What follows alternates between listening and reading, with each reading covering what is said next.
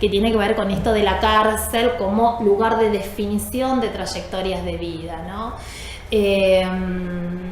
De nuevo, esto no es una formulación mía, es una formulación de Jean Tren. Jean Tren propone eso, propone pensar en términos de trayectorias vitales, trayectorias de afiliación, siguiendo toda la corriente francesa, trayectorias de afiliación o trayectorias de desafiliación. Por lo tanto, propone también pensar la prisión o el periodo en prisión como un segmento más dentro de ese proceso de desafiliación. Pero es también un lugar, digo yo, un lugar de definición de trayectorias de vida que, de nuevo, serán buenas o serán malas, que son términos que van a aparecer mucho hoy, digamos, serán buenas o serán malas según consigan evitar la cárcel o no. Es ese como el núcleo, el esquema neurálgico, ¿no? Ahora, en función de este principio, o en función de esta afirmación de la cárcel como lugar de definición de trayectorias de vida, creo que a partir de ese núcleo es que puedo organizar los familiares que conocí, digamos, en al menos 3 grandes categorías. Y ahí, de nuevo, por eso estuvo buena la acotación, digamos, de Constanza, entre un grupo de familiares que recupera discursos que creemos superados, como el discurso retribucionista, es decir, pensar la condena en términos claramente retribucionistas. Es decir, esto que aparece aquí como la condena como retribución necesaria. Ya les voy a explicar a qué hace referencia. Aquellos que colaboran con la resocialización, ¿sí? Es decir, que colaboran con la recuperación, como le queramos decir, del detenido, o la rehabilitación.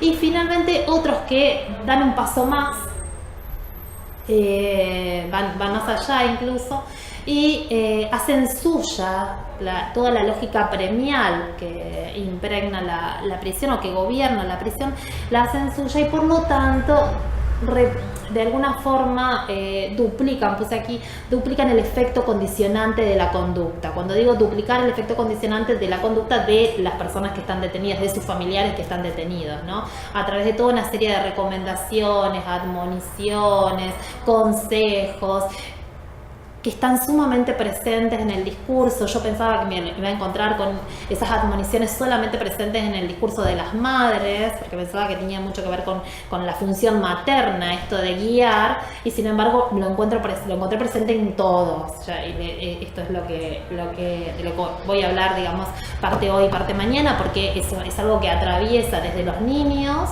que entran a la cárcel, pasando por las esposas, y también las madres, claramente, que eran las que yo pensaba, las pensaba como propietarias de este discurso. Ahora, no sé, cuando yo dije lógica premial, no sé si se entiende, digamos, creo que sí, ¿se entiende? Digo esto de la lógica premial, aclararlo, porque es para mí uno de los principios de gobierno de la cárcel, ¿no? Claramente. Uno de los principios de gobierno de la cárcel, que tiene que ver con esto de, obviamente, un principio meritocrático entre conductas que merecen premios y conductas que merecen castigo. Cuestiones tan aparentemente básicas, ¿sí? O elementales, pero que regulan las relaciones entre los familiares y los detenidos, pero también relaciones entre los mismos detenidos, que era esto que trabajé la semana pasada, y también relaciones solamente entre los familiares, ¿no?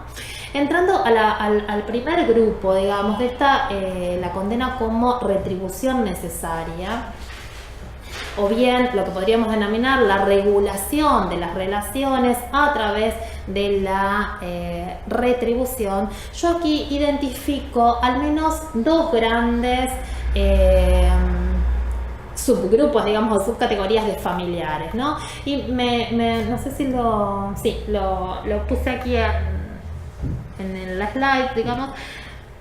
A ver, me pareció interesante tomar expresiones de los propios familiares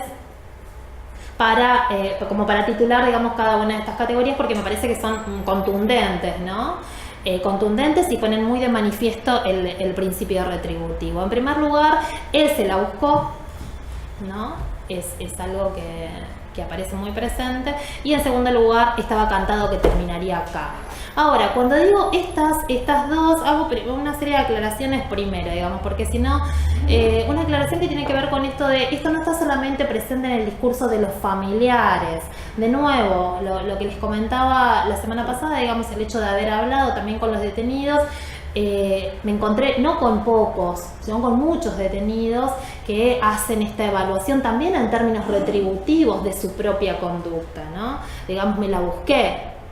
No le encontremos más explicaciones, me la busqué, digamos, o sea, incluso lo colocan a uno en el lugar de quien está buscando explicaciones inútiles a algo que es así, me lo busqué, ¿no? Y por otro lado, esta segunda explicación, estaba cantado que terminaría ahí, puede ser tanto dicha por los propios detenidos como por los familiares, ¿no? Por los familiares que dicen era claro, tarde o temprano, era ese el lugar donde lo íbamos a encontrar, digamos, y de la misma forma por los propios detenidos ya estaba cantado que yo iba a terminar acá, y es un pronóstico que se va como transmitiendo también generacionalmente, digamos, que es esa otra cuestión que apareció en muchas entrevistas, que tiene que ver con esto de si mi comportamiento, si mi carácter me trajo acá, digamos, que tiene que ver con esto de la constitución nerviosa, que es algo que no voy a trabajar hoy, digamos, pero lo pongo como ejemplo, el hecho de que yo fui siempre muy nervioso y me trajo acá, imagínate mi hijo, digamos, que vivió... Mi padre. Vengo porque mi padre... Sí, claramente. Pero esto de esta construcción... que tiene que ver de nuevo, y por eso es muy difícil olvidarse o no hacer referencia a los contactos con las agencias PSI, digamos, porque hay una fuerte, están muy permeados los detenidos, en mucha mayor medida que los familiares, digamos, por esto de encontrar en ellos patologías que no sabían que tenían. Las encuentran a partir de primero a partir del Instituto de Menores y después a partir de la cárcel de adultos, identificarse como portadores de patologías de la salud mental, y a partir de ahí construir una explicación, digamos, del delito. Entonces, así como soy yo nervioso, estoy acá, imagínate mi hijo, imagínate así sucesivamente. Pero bueno, esto como paréntesis, digamos, que no lo pensaba trabajar. Pero en cuanto a esto sí, esto de aclarar que son frases de los familiares, que es de lo que voy a poner el acento, pero también de los propios detenidos.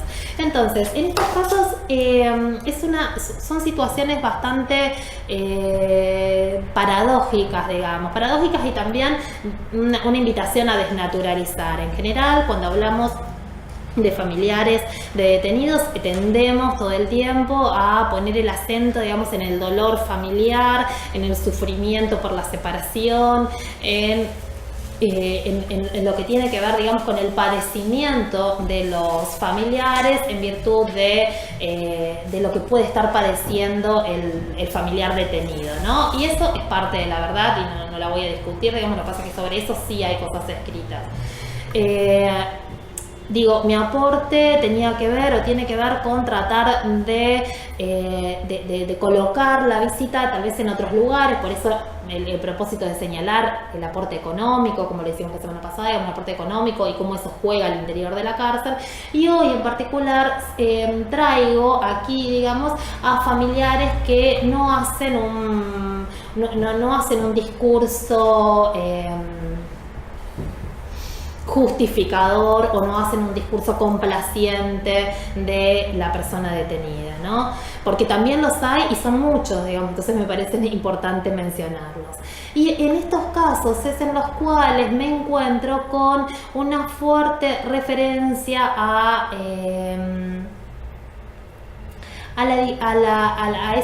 esa diferenciación, digamos, entre la bondad y la maldad. Hay acá, en estos casos, en todos estos testimonios, una fuerte esencialización del detenido. Yo venía pensando en el viaje, digamos, hay como una especie de regreso en los familiares, regreso a lo que los abogados conocen como el derecho penal de autor, ¿no? Es decir, una suerte de independencia del delito que cometió, No hago referencia a eso, no hago referencia a la condición de culpable o inocente, hago referencia a que es un tipo malo.